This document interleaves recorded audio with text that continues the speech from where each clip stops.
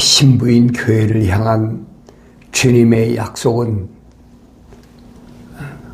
우리가 생각했던 것보다 7가지를 보면 상상을 초월하는 어마어마한 그런 약속인 것을 볼 수가 있습니다. 그래서 하늘 아래가 어떤 곳이냐?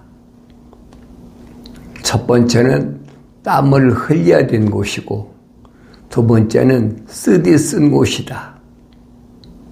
세 번째는 캄캄한 우상의 제국, 그것이 하늘 아래다. 그렇게 주님 말씀하셨는데, 네 번째는 하늘 아래는 어떤 곳이냐? 하늘 아래는 저주받은 곳. 그래서 약육강식. 하나님께서 첫사람 아담에게 말씀하시길 땅은 너로 인하여 저주를 받았다. 그렇게 말씀하셨잖아요. 땅이 원래 저주받은 곳이 아니에요.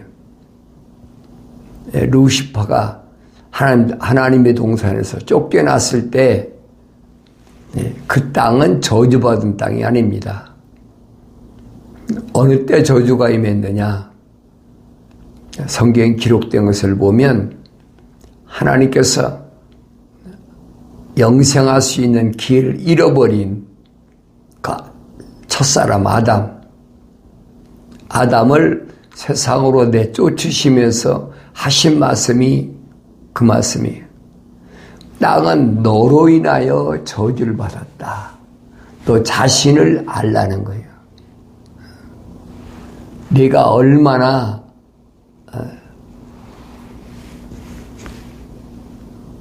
어떻게 보면 루시퍼보다도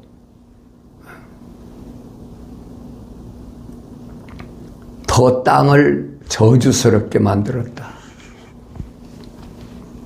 하나님이 창조하신 세계가 왜 그러냐? 그건 영생을 잃어버린 첫사람 아담으로 인해서. 왜? 아담이 흙으로 하나님 빚으셨잖아요. 빚으셔서 그 코에다가 하나님의 거룩한 생명의 호흡을, 사랑의 호흡을 호흡 불어넣었는데,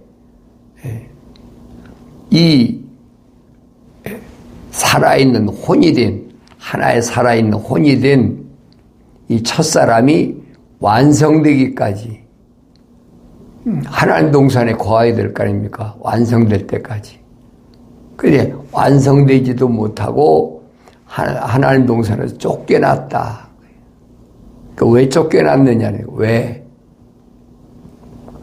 육신의 정욕, 안목의 정욕. 그러니까 육신이 된 흙이 저주받았다는 얘기. 하나의 혼이 저주받은 게 아니에요. 이게 무슨 말씀인가 잘 알아야 돼요. 하나의 살아있는 혼이 완성될 수 있는 기회를 잃어버렸다. 찬스를 잃어버렸어요. 그러니까 성령 받아서 완성됐더라면 하나님 동산에서 영생하고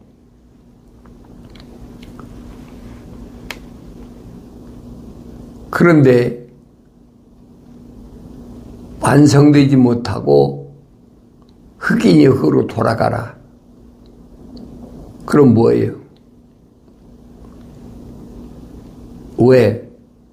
땅이 너로 인하여 저주받았다는 거예요. 그 하늘 아래 땅, 거기에서 태어난 혼적인 교회들을 위해서 주님은 어마어마한 약속을 하셨어요. 여러분, 요한계시록 2장과 3장을 잘 읽어보세요. 그런 약속을 어떻게 하겠습니까? 하나님의 아들이 아니면 할 수가 없어요. 그래서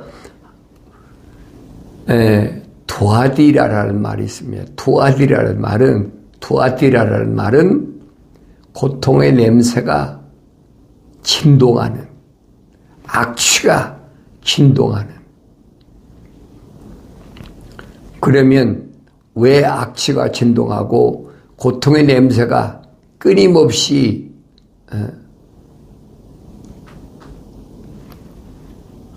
쉬지 않고 풍기느냐? 그건 다른 것이 아니라 전쟁이라는 전쟁. 전쟁은 왜 일어납니까? 약육강식이잖아요. 강한 자가 약한 자를 끊임없이 잡아먹는. 하나님 동산은 그게 아니잖아요. 하나님 동산에는 선지자를 통해서 약속하신 걸 보면 약육강식이 아니잖아요. 거긴 어린아이가 독사의 굴에 손을 집어넣고, 어린아이가 호랑이나 사자나 이런 그 동물들하고 같이 뛰논다. 마치 집에서 기르는 가축처럼 평화로운 거죠. 그 약속된 말씀이 어떤가 하는 것을 우리는 너무나 잘 알고 있잖아요. 그런데 하늘 아래는 아니라니. 왜? 첫사람 아담으로 인하여 저주받아서 그 땅은 너로 인하여 가시와 엉겅퀴를 낸다. 가시가 엉겅퀴를 내니까 내가 먹고 빵을 위해서 먹기 위해서는 이마에 땀을 내어 흘려야 된다. 성경은 그렇게 기록됐거든요. 그런데 이 두아디라 교회에 천사에게 편지하라고 명령하신 분은 누구냐? 그의 눈은 불꽃 같다 그랬어요. 불꽃 같다. 그리고 그의 발은 빛나는 놋 같은 하나님의 아들이 이 일들을 말씀하시느니라 그랬어요. 눈에는 불꽃 같고 그 다음에 발은 빛나는 놋 같은 아주 강한 그 모습을 나타낸 거죠. 하나님의 아들이다 그랬어요. 하나님의 아들이 한 분이지 누구예요? 예수 그리스도밖에 더 있습니까? 신랑 되시는 하나님의 아들이 신부인 교회를 위해서 약속하신 거예요. 뭐라고 약속하셨느냐? 내가 내 행위와 그랬어요. 어떤 행위냐? 이렇게 어떤 행위냐? 육신의 정욕이나 안목의 정욕 이런 행위냐? 아니라는 거예요. 부르심을 받은 교회의 행위는 여기 보니까 사랑과 봉사와 믿음과 그랬어요. 사랑과 봉사와 믿음인데 이 사랑은 무슨 사랑입니까? 이 사랑은 공의를 통과한 사랑, 첼리티. 하나님의 속성이지요. 그러니까 철학에서 말하고 있는 러브가 아니란 말이에요. 러브는 하늘 아래에 피조물의 사랑을 가리키는 거예요. 그런데 부르심을 받은 교회는 그 사랑이 어떤 사랑입니까? 그 사랑은 하나님의 호흡이요, 호흡. 하나님의 속성이죠. 하나님은 사랑이시라 그러잖아요.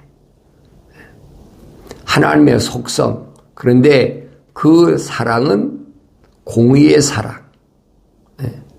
하나님의 약속과 명령을 얼마나 지켰느냐. 하나님의 약속과 명령에 인정받은 사랑. 그게 첼리티예요. 그러니까 그 사랑이 뭐냐는 거예요. 우리가 그 출애굽할 때 이스라엘 백성들에게 계명 줬죠. 율법. 그리고 그 계명 율법 다음에 또 하나 뭐냐? 성막이에요. 성막은 사랑이거든요. 그게 하나님은 사랑이시란 말은 그 말이에요. 그래서 사도 바울은 이 계명을 누가 만들었느냐? 모세가 시내산에 가서 40일 금식기도하며 받은 이 계명은 누가 제정했느냐? 중보자께서 제정했다. 중보자는 예수 그리스도 한 분밖에 더 계십니까? 그 중보자께서 제정하셨다는 거예요. 누굴 통하여? 천사를 통하여. 천사에게 명령을 천사가. 그래서 사우디아라비아에 있는 시내산에 가면 불의 천사가 하늘에서 내려와서 그때 모세를 만난 증거가, 그러니까 지금도 시내산, 호렙산이나 마찬가지죠. 시내산 꼭대기 보면 거무스레하게 탄 자국이 그대로 있어요. 보이잖아요. 그게 불의 천사가 요한계시록에 나오잖아요. 불의 천사가. 호렙산 가시덤불에 누가 나타났어요? 불의 천사가 나타났잖아요. 이게 불이 났는데 보니까 나무가지가 타질 않아. 불의 천사가 나타났기 때문에. 그런 모습을 성경은 빠진 것이 없이 자세히 기록되어 놨어요. 소리 읽지 말라는 얘기예요. 너희는 주의 책을 찾아서 자세히 읽어보라. 찾아서 읽으란 말은 자세히 읽으란 얘기예요. 주님 말씀하시잖아요. 상고하라. 에라우나우. 구석구석을 빠짐없이 올바로 읽으란 얘기예요. 그러면 찾아서 자세히 읽으면 하나도 부족한 것이나 빠진 것이 없는 것을 알 수 있다. 반대로 말하면 대충 이읽으면 이거 부족한데, 그러니까 하나님 말씀 자꾸 더하는 거예요. 하나님의 명령대로 안 읽으면 그런 룰을 범한단 말이에요. 만약에 하나님 말씀에 피조물의 생각이 더해진다. 그래서 하나님의 말씀을 위조하면 성경에 기록된 모든 재앙을 그에게 더해버린다고 그랬어요. 그런데 하나님 말씀을 얼마나 많이 위조했습니까? 그러니까 재앙이 임할 수밖에 없죠. 그뿐 아니에요. 만약에 빼버리면 이런 부분은 뺐으면 좋겠다. 일반 사람들은 그런 거 잘 몰라요. 신학교 다니면 압니다. 신학자들이 그런 말 하잖아요. 구약에서는 다니엘서를 빼버리고 신약에서는 요한계시록을 빼버려야 된다. 왜 그러느냐? 그건 다 꿈에 받은 거니까. 꿈에 받은 환상이나 계시는 믿지 말라는 얘기예요. 늘 말씀드리잖아요. 구약에서 다니엘서를 빼고 신약에서 요한계시록을 빼면 두 눈을 뽑히는 거예요. 안 보이는 겁니다. 하나님의 거룩한 창조의 계획을 보지 못하게 하는 거예요. 완전히 소경 만드는 거예요. 그래야 코에다 콧들에 껴가지고 끌고 가듯이 끌려가는 거예요. 이게 성경은 하나님 말씀은 남들이 읽어서 얘기해 주는 것이 아니에요. 내가 읽어야 돼, 내가. 내 아버지의 책을 아들이 읽는 거고, 아버지 편지를 아들이 읽지 누가 읽습니까? 이게 다른 사람이 읽으면 위조하는 거예요. 또 신랑의 편지를 누가 읽습니까? 신부인 교회가 읽어야죠. 다른 사람이 읽으면 안 되는 거예요. 여러분이 하나님의 아들이면 하나님의 명령대로 하나님 말씀을 상고하고, 신랑 예수의 신부인 교회라면 여러분들이 요한계시록을 읽어야 돼요. 다니엘서하고 요한계시록은 하나예요, 하나. 따로 떨어진 것이 아니에요. 이 부분을 잘 알아야 됩니다. 그래서 어떻게 읽느냐? 그 자세히 읽으면 빠진 것이 없고 부족한 것이 없고 다 자기 짝이 있다 그래. 다 자기 짝이 있다. 하나님이 입이 명령하신 것은 다 짝이 있어요. 약속과 명령이에요. 또 하나님의 영, 성령도 이 하나님의 입에서 나온 말씀만 모으셨어요. 그게 성경이거든요. 그러니까 하늘 아래 종교가 여러 개 있으니까, 그러니까 66권 말고도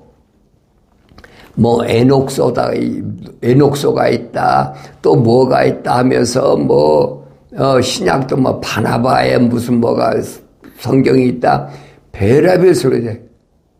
더 하려고 하는 거예요. 빼고 더한다. 창조주 하나님이 말씀하신 것을 자기 마음대로 빼고 더해? 이게 얼마나 하나님의 모독하고 불경건하고 이게 상상을 초월한 일들을 지금 해오고 있어요. 그걸 내가 알 수 있어야 돼. 여러분이 성경을 안 읽으니까 모르지요. 직접 읽는데 어떻게 읽으냐? 책망으로 들으라. 책망. 나의 책망을 듣고 돌이키라. 책망으로 안 들리면 돌이키질 않아요. 그거 왜 그렇습니까? 이 육신은 동물적 근성이야. 그 책망 받아야 돼. 그걸 깨달아야 되죠. 그 책망을 싫어하면 짐승과 같다고 그랬잖아요. 똑같아요.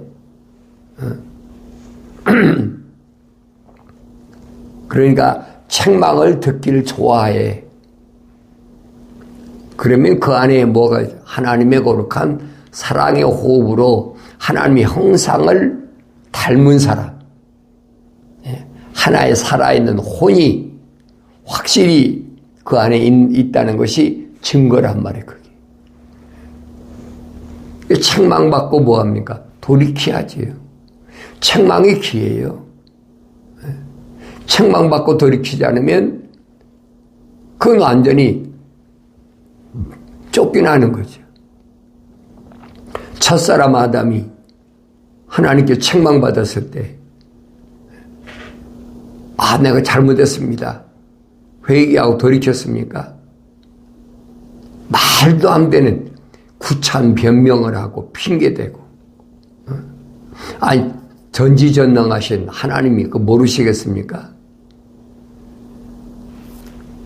하나님의 존재를 모르니까 그런 어리석은 짓 하는 거예요. 우리가 하나님 말씀을 읽으면서 책망으로 내가 들리나 안 들리나. 만약에 책망으로 안 들린다면요, 그 사람은 그 안에 하나님의 거룩한 사랑의 호흡이 안 들어간 사람이에요. 하나님이 사랑의 호흡이 안 들어간 사람한테 왜 책망하십니까? 책망하시지 않잖아요. 아담에게 아담에게. 왜? 하나님의 사랑의 호흡이 들어갔으니까 아담에게 책망하신 거예요. 그러니까 책망받았을 때 첫사람 아담의 모습을 상상해보라. 어리석게 그걸 구차한 변명을 하고 기회를 잃어버린 거예요. 나는 이 땅에서 하나님 말씀을 통해서 책망받았을 때 어찌했나. 여러분, 사울이 보라신 예수님 만났을 때 책망하잖아요. 네가 왜 나를 핍박하느냐. 만약에 사울이 핍박했다면 아니, 주님의 책망을 거절했다면 상상을 해보세요. 동행자가 여럿이 있는데 주님이 책망하신 건 사울 하나잖아요. 왜 사울만 책망하셨느냐. 다른 사람 사울을 중심으로 한 동행자가 많은데 다마스커스에 가서 지금 부르심 받은 교회들을 예루살렘에 잡아와서 예루살렘에 끌고 와서 감옥에 쳐넣으려고 하는 그 동행자가 여럿이잖아요. 책망받는 건 사울 하나잖아요. 성령 받아야 이런 부분이 보인단 말이에요.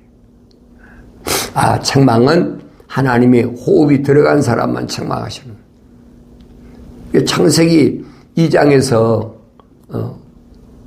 하나님의 약속을 믿지 못하고 하나님 명령 불순종했을 때 창세기 3장에서 하나님이 첫사람 아담을 책망하시잖아요. 이게 아무나 책망하는 게 아니에요. 그래서 주님은 그 사람의 정의를 내리실 때 누가 사람이냐? 완성된 사람, 미완성된 사람이 완성된 사람이야. 그 사람을 위해서 뭐라고 하냐? 내가 사랑하는 자마다 책망을 징계한다. 약속하셨죠. 내가 사랑하는 자마다 책망한다는 말은 내가 누굴 책망하느냐? 하나님의 거룩한 사랑의 호흡이 들어간 사람만 책망하시고 그 사람만 징계하신다는 거예요. 책망 안 받는 사람들이야 하나님 징계하실 이유가 없죠. 약육강식이니까 그건 자기들이 강한 자가 약한 자를 잡아먹기 위해서 전쟁을 일으키고 다 하는 거지요. 그런데 주님 말씀하시잖아요. 나는 사랑하는 자를 책망하고 그랬죠. 징계한다. 그러므로 열심을 내서 회개하라. 기회 주신 거예요. 돌이키라는 거예요. 내 생각과 마음과 삶의 가치관을 빨리 하늘 아버지가 계신 곳으로 바꾸라는 거예요. 머리를 들라. 주님이 마태복음 24장에서 말씀하시잖아요. 세상 마지막 때는 전쟁과 전쟁이 끊임없이 일어난다. 전쟁과 전쟁이 일어나니까 얼마나 사람들이 많이 죽습니까? 그러니까 죽으니까 그 썩은 냄새가 얼마나 진동하죠. 화약 냄새, 사람이 죽어서 썩는 냄새, 그 고통의 냄새, 성경에 투아디라는 말은 고통의 냄새가 꽉 찼다는 거예요. 그 주님 밝히시잖아요. 민족이 민족을, 나라가 나라를 사루 약육강식으로 전쟁이 일어날 거니까 그때가 되면 머리를 들어라. 왜? 때가 얼마 안 남았다는 얘기. 2000년 전에 로마가 세상을 지배할 때 주님이 하신 말씀이에요. 2000년 후에 오늘날 보세요. 로마가 망하고 열발가락 시대가 됐잖아요. 지금. 열발가락 시대. 그 열발가락 시대가 지나가면 이제 뜨인 돌이 와서 이 신상을 깨버린 계속 전쟁이 계속되는 거예요. 이런 시대를 주님은 지금 부르심 받은 교회를 향해서 말씀하시잖아요. 이런 때 너는 어떤 행위해야 되냐? 거룩한 사랑을 잊지 말아라. 그래. 거룩한 사랑. 껍데기, 육신적인, 어떤 이성적인, 썩은 냄새나는 그런 사랑 말고, 내 안에 하나님의 거룩한 첼리티, 사랑, 그게 거룩한 사랑이에요. 네. 그 다음에 보니까 뭐라고 그랬습니까? 봉사와 그랬죠? 거룩한 봉사. 봉사는 희생을 가리키는 겁니다. 나 아닌 다른 사람을 위해서 뭔가를 해야 된다. 형제를 잊어버리지 않고 살아가는 거죠. 목숨 걸고 거룩한 자들을 도와주는 거. 그래서 오늘날에는 그 이름을 빙자해가지고 착취하고 노략질하고 그게 얼마나 많아요. 하늘 아래 종교는 그게 일상이야. 그런데 주님은 말씀하시잖아요. 뭐라고 말씀해? 거룩한 봉사. 그렇지. 거룩한 봉사는 어떻게 하는 겁니까? 오른손이 하는 걸 왼손이 모르게 하는 것이 거룩한 봉사예요. 그러니까 나는 어떤가? 나 자신을 보세요. 내 거룩한 봉사에 얼마나 열심을 다했나. 쫄만큼 갖다 남 도와주고 광고는 막 대대적으로 우리가 이렇게 이스라엘 사람 도와준다. 그게 하늘 아래의 종교잖아요. 근데 기독교는 아니라고요. 오른손이 하는 것을 왼손이 모르게 하는 것이 그게 참된 거룩한 봉사예요. 헌신하는 것. 그리고 주님이 말씀하신 것이 믿음과 그래요. 믿음. 무슨 믿음입니까? 거룩한 믿음. 하나님의 약속만 믿는 믿음이 거룩한 믿음이에요. 다른 걸 믿는 게 아니에요. 물질을 믿고 권력을 믿고 피조를 믿고 그건 거룩한 믿음이 아니에요.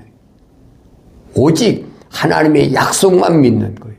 그 약속만 믿을 때 하나님의 명령에 100% 순종하게 되는 겁니다. 그러면서 인내하라. 무슨 인내입니까? 거룩한 인내. 오래 참으려면 그 성령 받아야 되죠.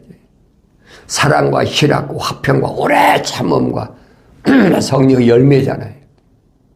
이게 성령 안 받으면 오래 참을 수가 없어요. 잠깐 뭐 그렇게 그건 인내도 아니죠. 끝까지 기다리는 인내.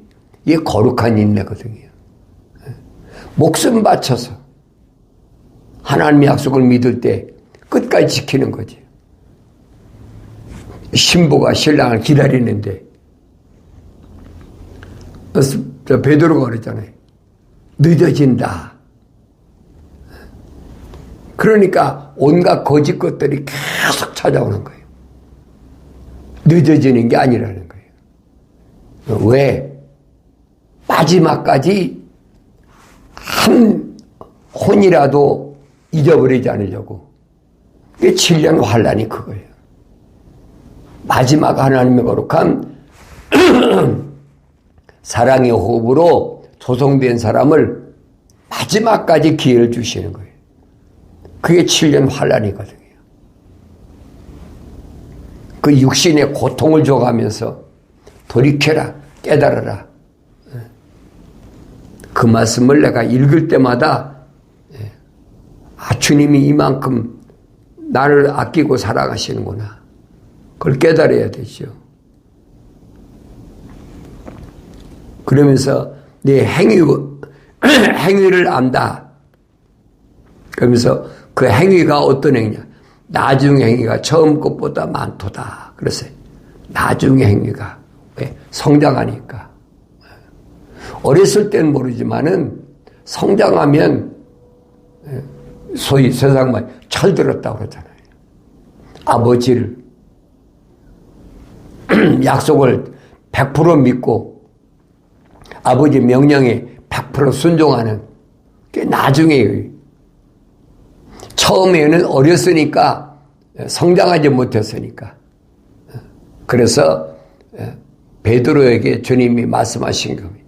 네가 나를 사랑하느냐? 예, 사랑합니다. 내 어린 양을 먹이라. 두 번째로 주님이 내가 날 사랑하느냐? 예, 사랑합니다. 내 양을 치라. 그러죠. 그 성장 과정이에요. 주님이 양을 어렸을 때 어린 양을 먹이고 성장했을 땐 또 치라. 꼴을 먹여야 되니까. 그리고 마지막도 주님 물으시잖아요. 네가 나 사랑하느냐? 예, 사랑합니다. 내 양을 먹이라. 3단계잖아요. 사도 바울도 말했잖아요. 믿음과 소망과 사랑. 성장해야 된다는 거예요. 믿음이 안주하지 말고 성장하라. 그래서 여러 가지 시련과 환난과 궁핍 이런 것들은 다르게 오는 것이 아니에요. 내 믿음을 성장시키려고 확인시켜주는 거죠. 사도락교 메사가 아벳노고처럼 다니엘처럼 흔들리지 않는, 왜냐하면 사람이 포로로 잡혀왔을 때야 어릴 때니까 압니까?